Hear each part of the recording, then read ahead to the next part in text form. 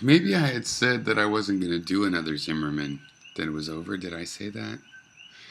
Um, well, anyway, I'm going to do a wrap up, and I'm gonna later on, if you're willing to watch towards the end, I'll do some crow eating. But I've decided not to begin with that. I'm turning over a new leaf. But I will get to it. Because, Poker Face Todd and there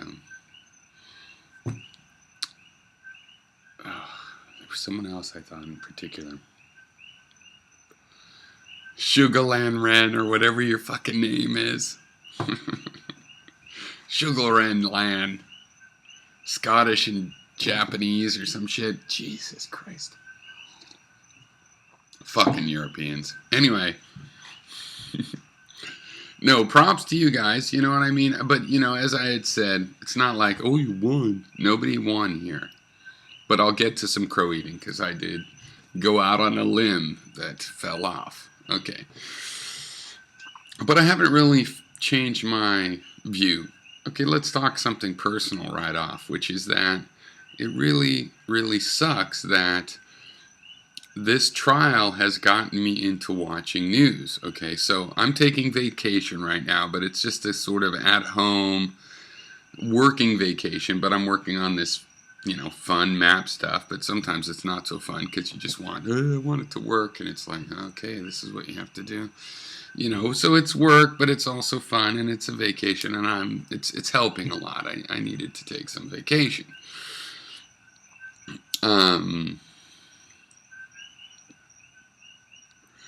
But so I was watching the end of before my vacation, I'm watching I like to listen to things while I work, and I might miss it, but, I might watch it over and over. But I was watching the Zimmerman trial, pretty much the full days, but kind of scanning it, like, I would have to admit there's probably certain parts I missed because the channels that I was using to watch it on missed a part, or I was thinking about something else while I did it.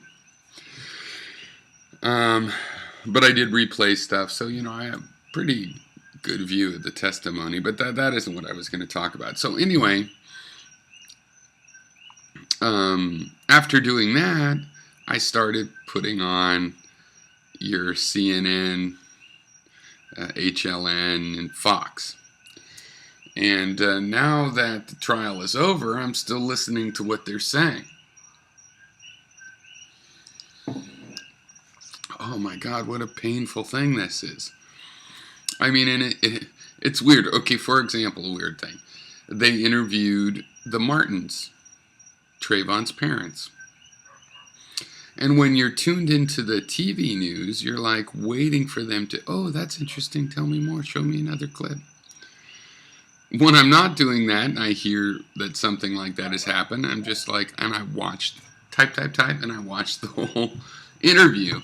On TV, they make you wait, and they just tell you the same story over and over all day. It's like 3 stories. God. Oh, so I'm trying to break free of that. But on the other hand, it has been kind of interesting to see what the mainstream TV is discussing in terms of this.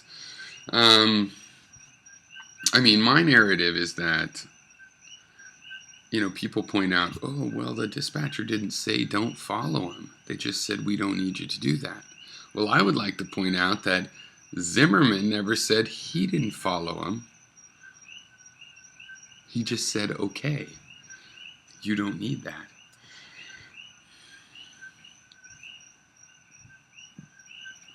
The narrative I understand is they went behind there. They had an argument, okay.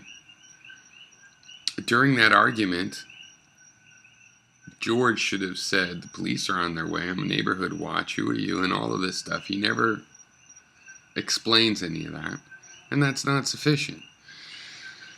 And if the laws were still the way they have been for hundreds of years until recently, he would have been expected to retreat when he could retreat. Now, I'm badass American enough to say the whole idea of somebody breaking into your house, like a criminal breaking into your house and slipping in your kitchen and it's suing you, or breaking into your house, you defend yourself and then suddenly you're the aggressor. Yeah, that's too much. Okay, I agree. It's expecting someone to flee their house is too much. I would still probably flee my house. But I don't want to see someone go to jail because they felt cornered when somebody had gotten to the point of being in their house. I could see a stand your ground for that. It's like somebody invaded my car. He invaded my house. He invaded what was obviously my space. But the idea that standing your ground would mean you could pursue somebody and then at the last moment go, oh, but then I was defending myself at the last moment. No, that's not acceptable to me, right? So, and I don't believe Zimmerman's story of getting sucker punched and all that. If I did believe it, I'd still think, look, you shouldn't pursue in there. But, I might have a different opinion, and probably would have a different opinion if I believed Zimmerman's story, but he's obviously lying as far as I'm concerned. So basically, it is something I said all along, which is that, okay, the case goes the way it goes, and then now you say, well, that's the way the law judges it. We better go back to the law, especially in Florida where, look, you can't pull out your gun and just say, stand back. That's brandishing a firearm. That's like a 10-year sentence right there. You can't pull it and shoot into the ceiling to avoid a situation. You have to pull it and kill the person to get off. That's fucked up. Okay, the eating crow part. Okay, well, I did go too far. I said those weren't pictures of Trayvon.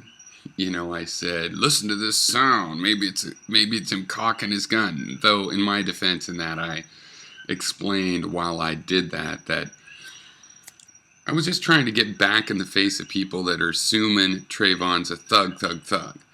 Okay, but I'll admit, the stolen jewelry, that's bad. That's some bad connection. It's not a death sentence. And perhaps if Miami-Dade School District had followed up better, or Miami police had followed up better on that might have saved Trayvon's life, just by coincidence of not being in that place at that time with Zimmerman stalking him.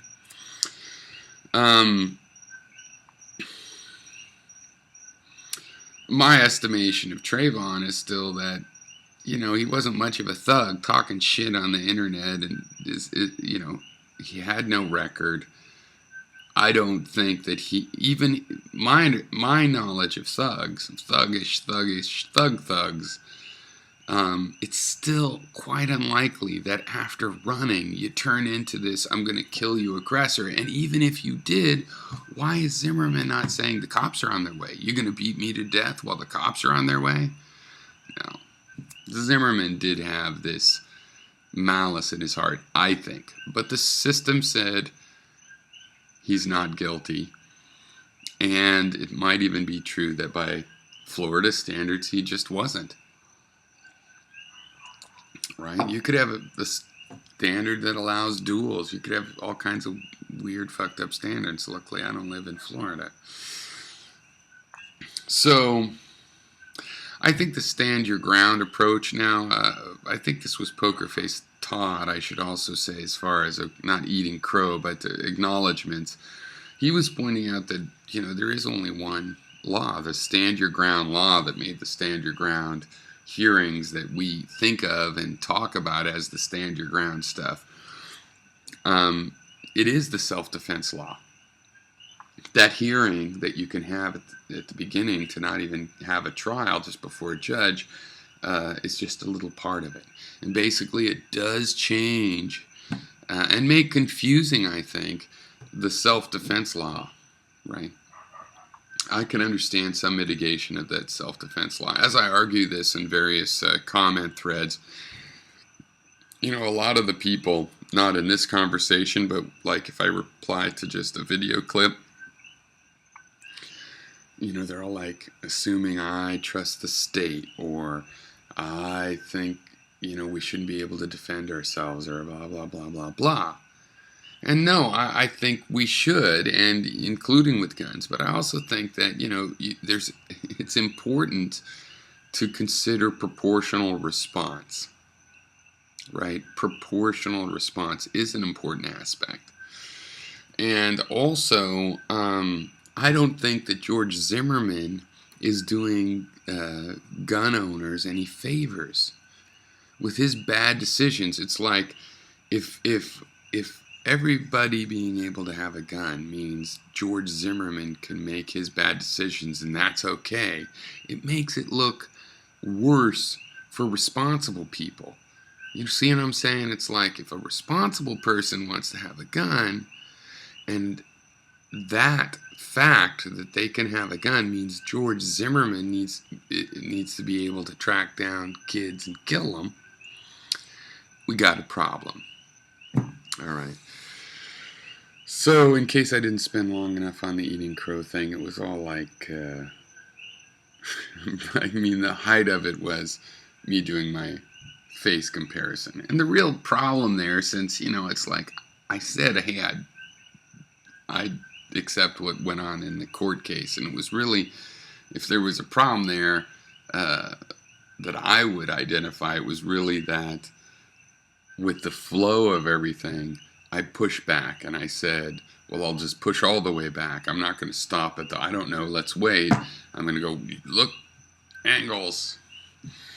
And we still don't know if that was him. If it had come up in trial, maybe they would have tried to dispute it. But I'm accepting that that a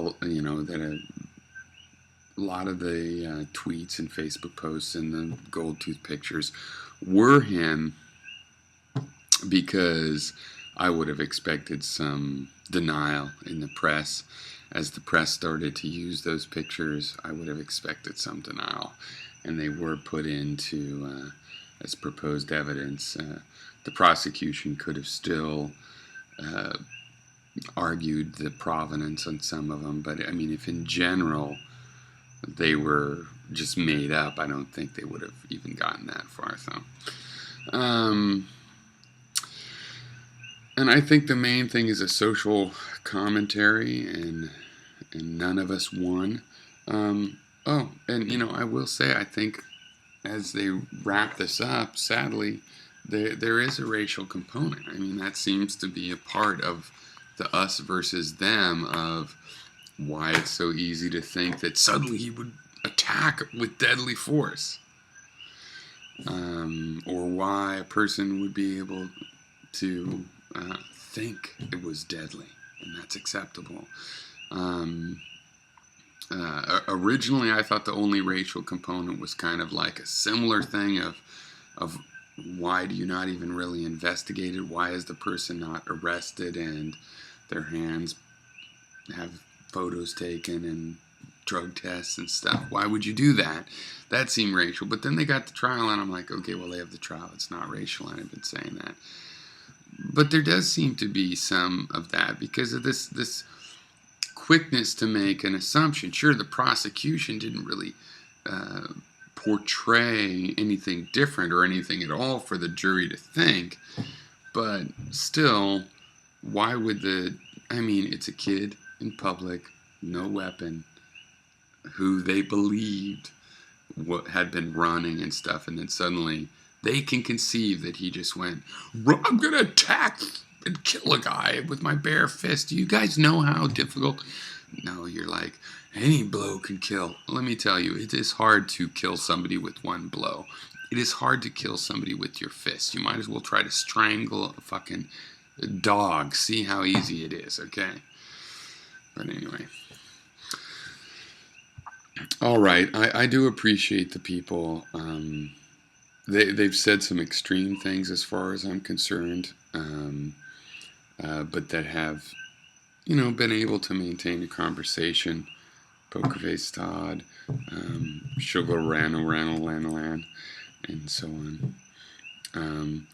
Black Acid Lizard, I would love to include you, but you go too mental sometimes for me to feel confident going to saying that to you. You know, it's just, please be careful. And please also remember that some of us liberals also believe in the right to bear arms, also have arms. And your little idea that you'll be on a rampage killing liberals, look, you won't have to worry about me, because you and me will be able to have a meeting of the minds. You're going to have to worry about your fellow anarchist, market minimalist brethren, because those are the ones that are going to come trying to take your shit with their gun, I guarantee you. Okay, you and me can trade coffee for mangoes, I'll bet. Anyway, maybe I'm wrong, but I'm still right. Cheers.